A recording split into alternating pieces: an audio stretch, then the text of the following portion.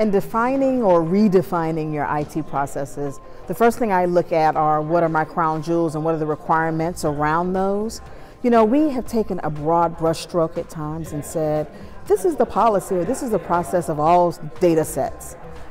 Now I think is the opportunity with the influx of investment dollars, our budgets for CISOs are definitely changing. We may have to now take a more granular look and say, what are our crown jewels? And then how do we best protect those crown jewels and put the process thinking and policy thinking around that?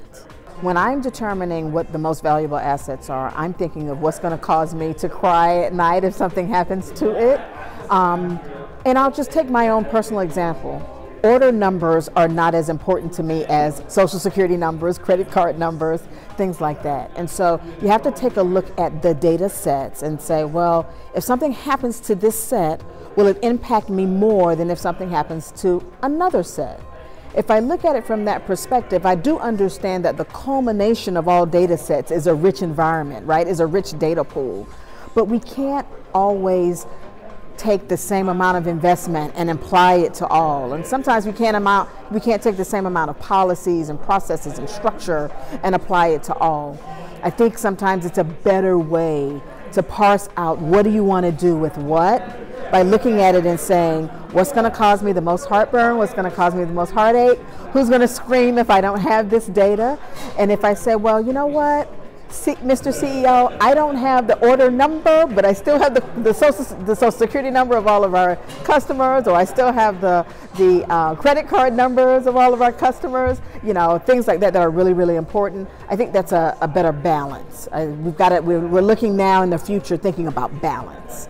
I think it's our responsibility in the cybersecurity industry to simplify. We've kind of overcomplicated, and you know what? I'll go broader than that and say in the technology industry, in some ways we've kind of overcomplicated technology. We talked about technology processes that have been overcomplicated that make it more difficult. Now that we're in this bigger data set, we have now what we call the Internet of Things, right? And so that gives us this bigger amount of data, but not just a bigger amount of data, but bigger amount of people who have to understand it. So now my dad doesn't just have to understand it, or my mom, my grandma has to understand security. So we've got to simplify these concepts a little more. That's number one. Number two, we have to make it simple. We have to make it so we don't have to teach them as much about it.